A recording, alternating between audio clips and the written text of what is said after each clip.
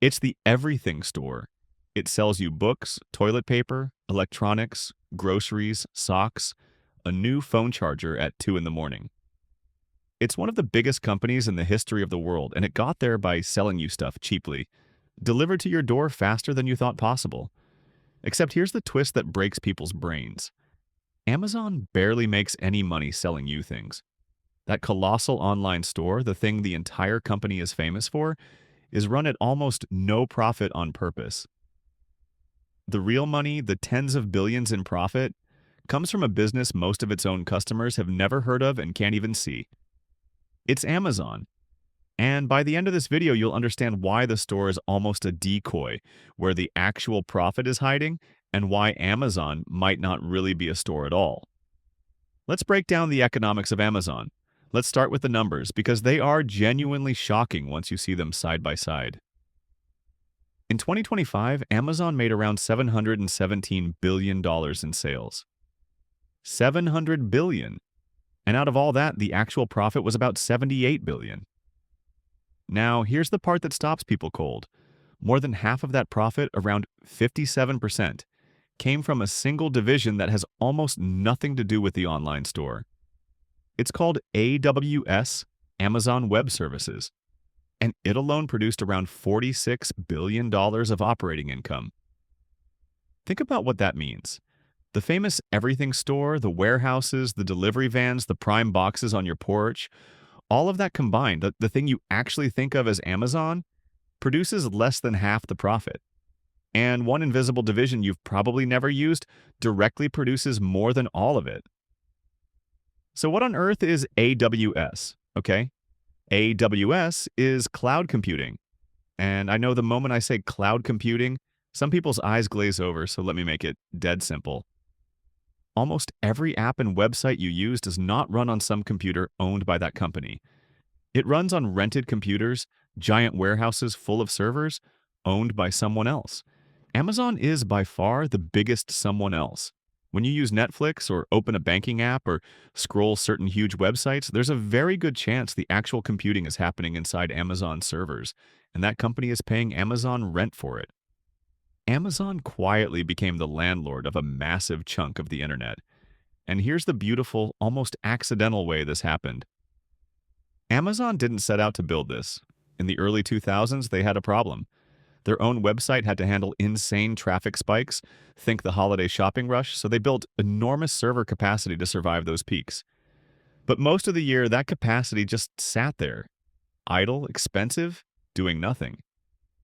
So someone had a brilliant idea. What if we rent out our spare computing power to other companies? Turn a cost into a product. They launched it in 2006. Analysts at the time called it a distraction, a weird side project for a bookstore. That distraction is now one of the most profitable businesses in the entire technology industry. Now, why is AWS so much more profitable than the store? It comes down to margins. When Amazon sells you a $12 item, it has to buy that item, store it, pack it, and ship it across the country. After all those costs, retail keeps only a razor-thin slice, often just a few cents on the dollar. Retail is a brutal, low-margin grind. But renting out computing power? Once you've built the data center, letting one more company run their app on your servers costs you very little extra. So, AWS runs at an operating margin around 30% or higher, while the online store limps along in the low single digits. One business is selling physical objects at tiny margins, the other is selling invisible computing at fat margins. Same company, two completely different universes. But AWS isn't the only hidden money machine. There's a second one, and it's growing incredibly fast, and it's also hiding in plain sight. Advertising. Yes, advertising. Think about what happens when you search for something on Amazon. The first few results, the ones marked sponsored, those are ads. Brands are paying Amazon to jump the line and appear before their competitors. Amazon knows exactly what you're looking for because you literally typed it into a store with your credit card already on file. That's the most valuable advertising real estate imaginable. Someone actively trying to buy something right now. Amazon's advertising business is now generating tens of billions of dollars a year, and because it's just pixels on a page you were already visiting, it's extremely high margin. Between AWS and advertising, you have well over $100 billion of high margin revenue sitting on top of a retail operation that barely breaks even. So now you can finally see the real machine, and it's genius. The store isn't really there to make money directly.